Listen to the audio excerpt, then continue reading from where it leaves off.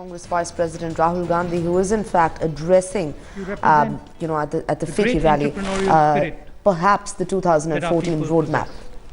The businesses that you have built are symbols of the immense potential that lies at the heart of India. But before I begin, I want to tell you a little bit about how I'm feeling. Let me begin by acknowledging that we didn't really hit a 6 in the last elections. We didn't do as well as we expected, and I get the sense, I now understand what it feels like when you go to some of your AGMs with bad news. The recently held elections have made their point.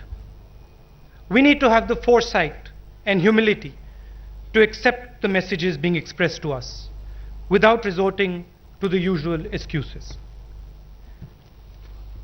A political party's strength lies in the voice of those it represents.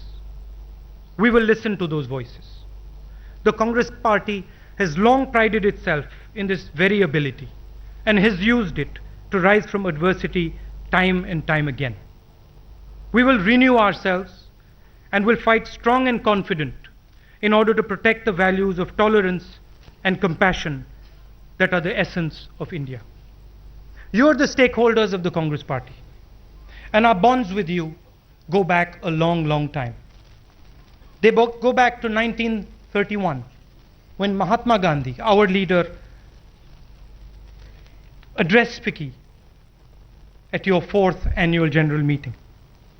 We have charted the growth of our nation side by side. You understand the global economic environment well. Listening to your voice and heeding it is imperative. Over the last few months, many of you have spared time to come and meet with me. You've discussed your views with me, and for this, I'm very grateful. I'm in complete agreement with the need for the regulatory system to be rapidly and radically organized. Frankly, there are absolutely no excuses for the length of time required to clear some of these projects. You struggle in your work, and it is not acceptable that projects take long periods of time to be passed. We're a fast-moving economy. We cannot allow you to be held back by slow decision making. Accountability has to be clear, it has to be fixed, and it has to be time-bound. The Cabinet Committee on Investment and the Project Monitoring Group are a recognition of the need to speed up these clearances. Some 300 projects with an investment of over 5 lakh crores, about 5% of GDP, have been cleared. Sectors affected by delays in clearances, such as power, petroleum, and mining, have been the biggest beneficiaries of this focused approach.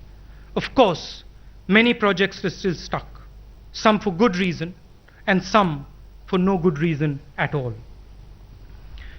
However, much of the information about these cleared projects remains obscured from the public domain.